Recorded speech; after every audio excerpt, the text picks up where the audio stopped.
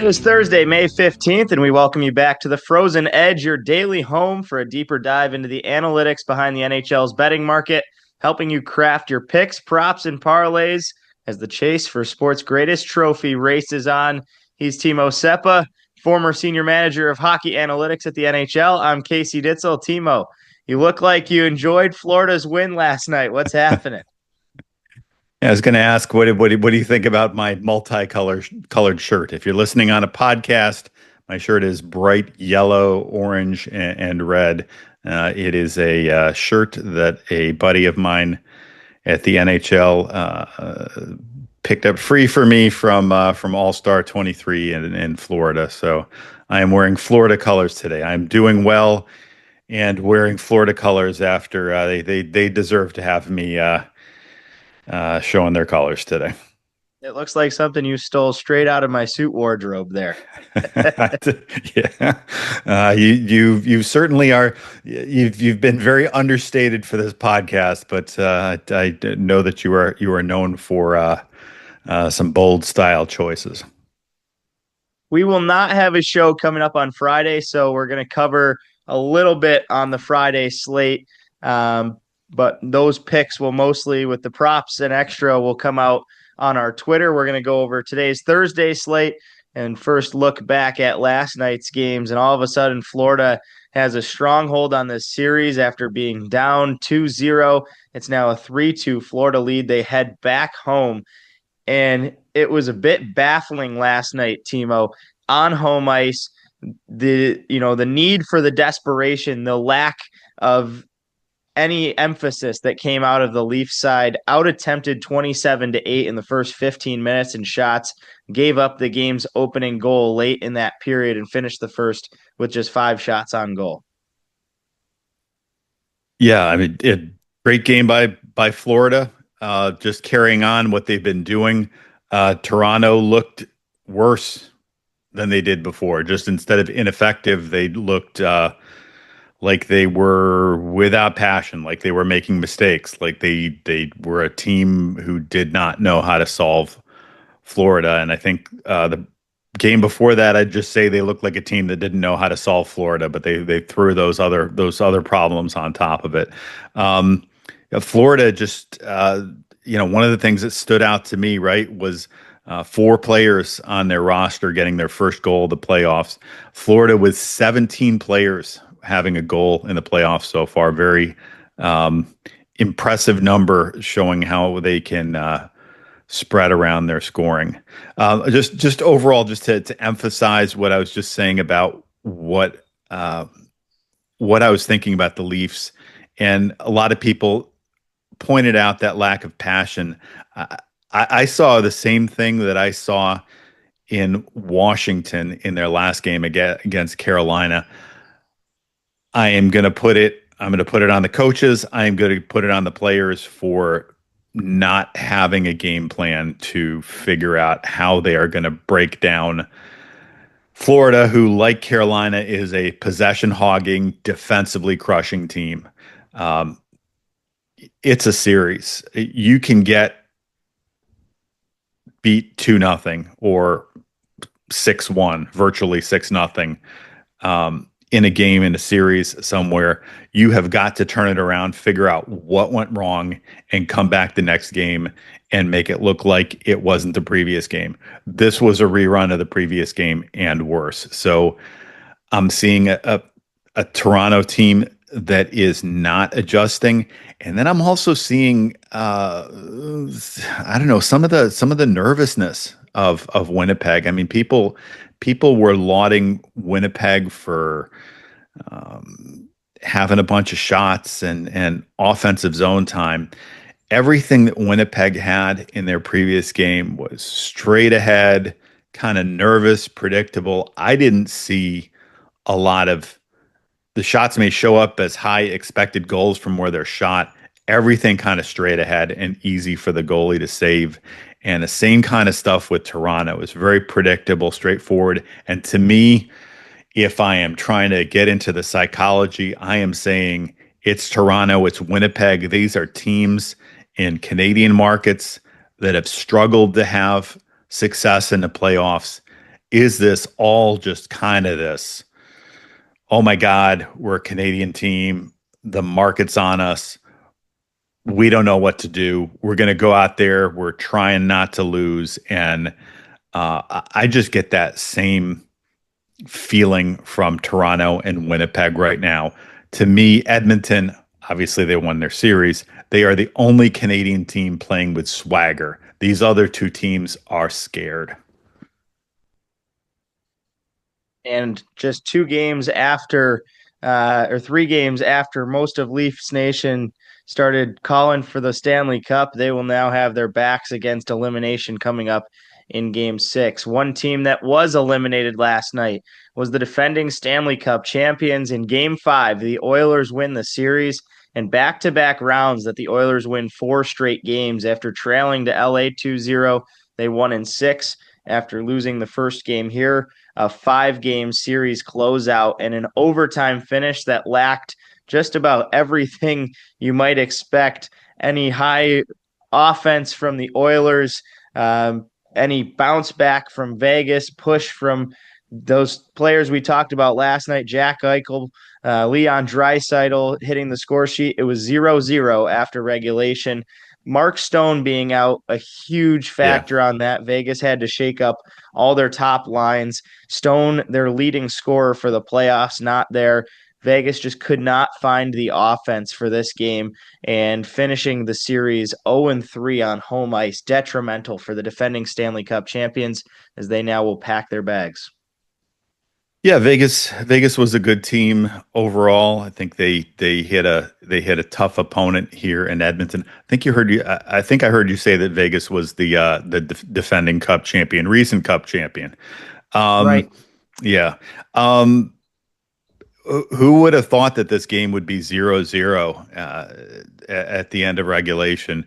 What I'll say is, I mean, yesterday we brought up the Stathlete's stat talking about Edmonton getting slot chances and Vegas defending slot chances. Those teams that's what they were good at in the regular season, and we said that Edmonton had gotten the edge on that previously in the season.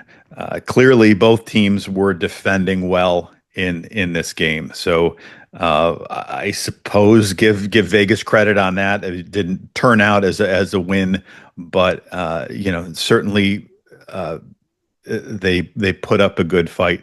What I have to say, what we need to do, right, is give Stuart Skinner his props. We're not the only people that said having Skinner in goal was a detriment to Edmonton based on the numbers. I'm sure a lot of the media out there was a little bit more passionate rather than us being dispassionate about those numbers. But Skinner had back-to-back shutouts to finish the series, like you said. And if you're looking at what his numbers were for the playoffs, what they are for the playoffs now, they've bumped up to 2-3 and 884. Not horrible. So brought that save percentage up. 2 shutouts will do that. This round, no shock, he is thus far the best goalie as far as save percentage. Again, 2 shutouts will do that for you. He is 2-1 for this round, 944. So even better than Frederick Anderson. Moving on to today's games and a couple more elimination chances. Carolina up 3-1 in their series. Dallas up 3-1 over Winnipeg. We'll start with Carolina at Washington. Game 5, and the lines heavily favoring Carolina again. Washington plus 140 underdogs at home, minus 188 to cover the 1.5 spread. Carolina minus 170 is the favorite, the minus 1.5 spread at plus 152, the over under set at 5.5, and a pick 'em at minus 110 for each of those. Timo, where do you sit here looking at Game 5 of this series? I'm pulling for Washington here. I got tickets to Game 6.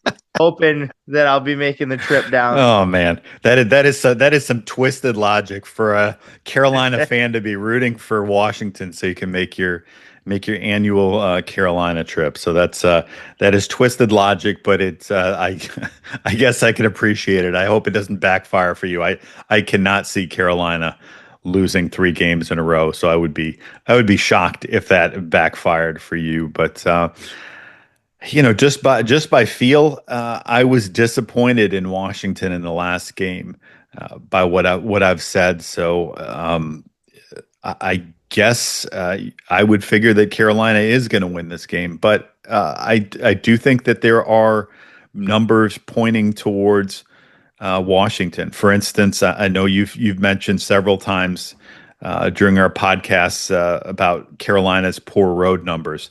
They were only 16, 21, and 4 in the regular season, kind of for a team as good as Carolina, shockingly bad, actually, on the road.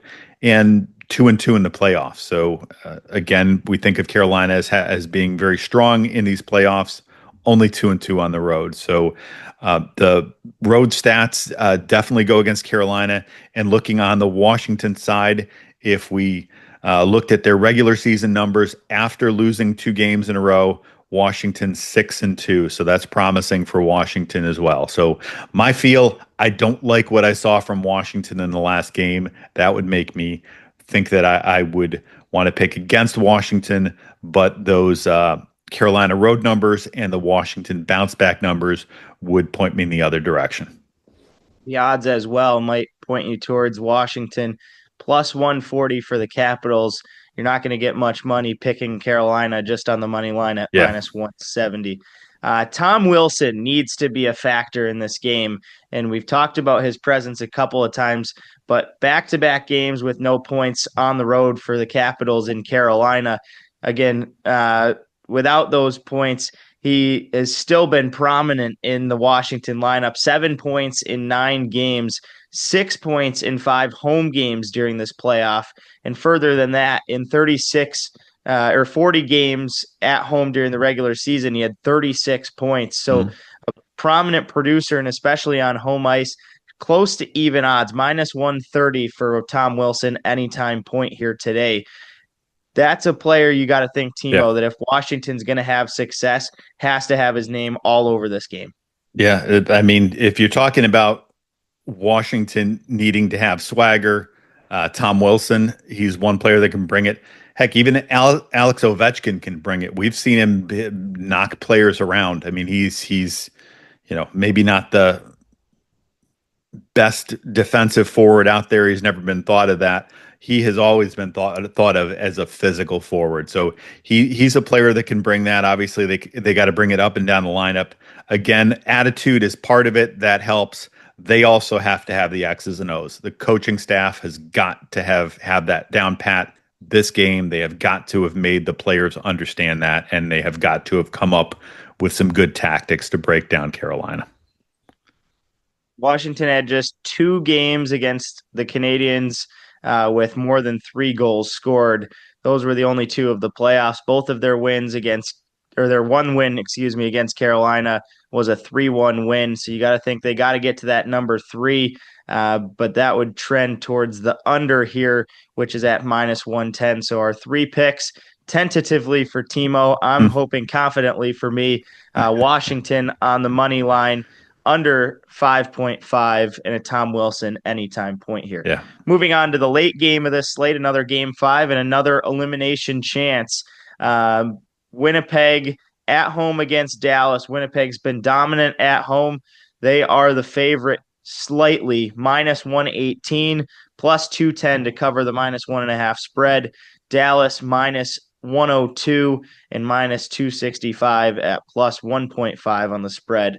The over under again set at 5.5 and dead odds minus 105 around for the over under here, Timo. Winnipeg heading back home. Still a lot of question marks, and you said in the intro there you have not liked their game. What needs to turn around for Winnipeg? Yeah, this is a President's Trophy winning team, right? When last, not just this year, last year, the previous season as well, they were a dynamic team on offense. I mean, they'd beat you on the rush. They'd beat you a lot of different ways. They had the top power play this year. To me, it again, like it seems to me a little robotic, a little hesitant. I don't want to overstate that. I just like. Um, they just need to.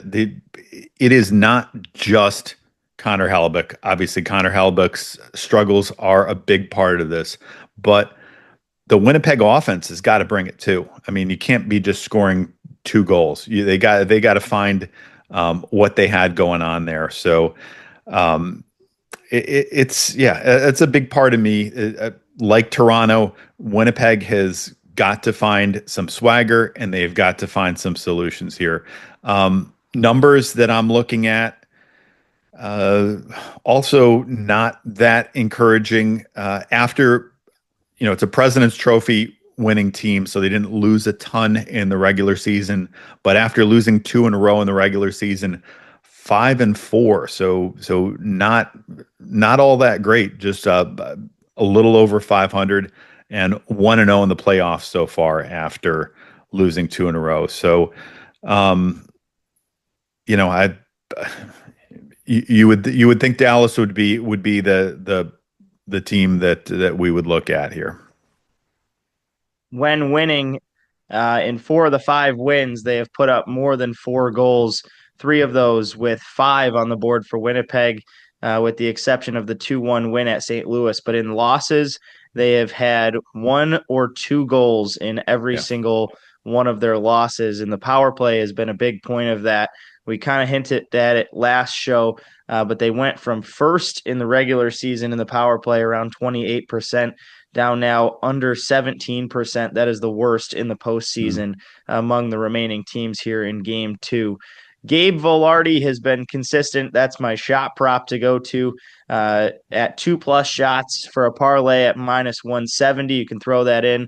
Both DraftKings and FanDuels have profit boosts on three-leg parlays. So you can kind of enhance that by 25% around.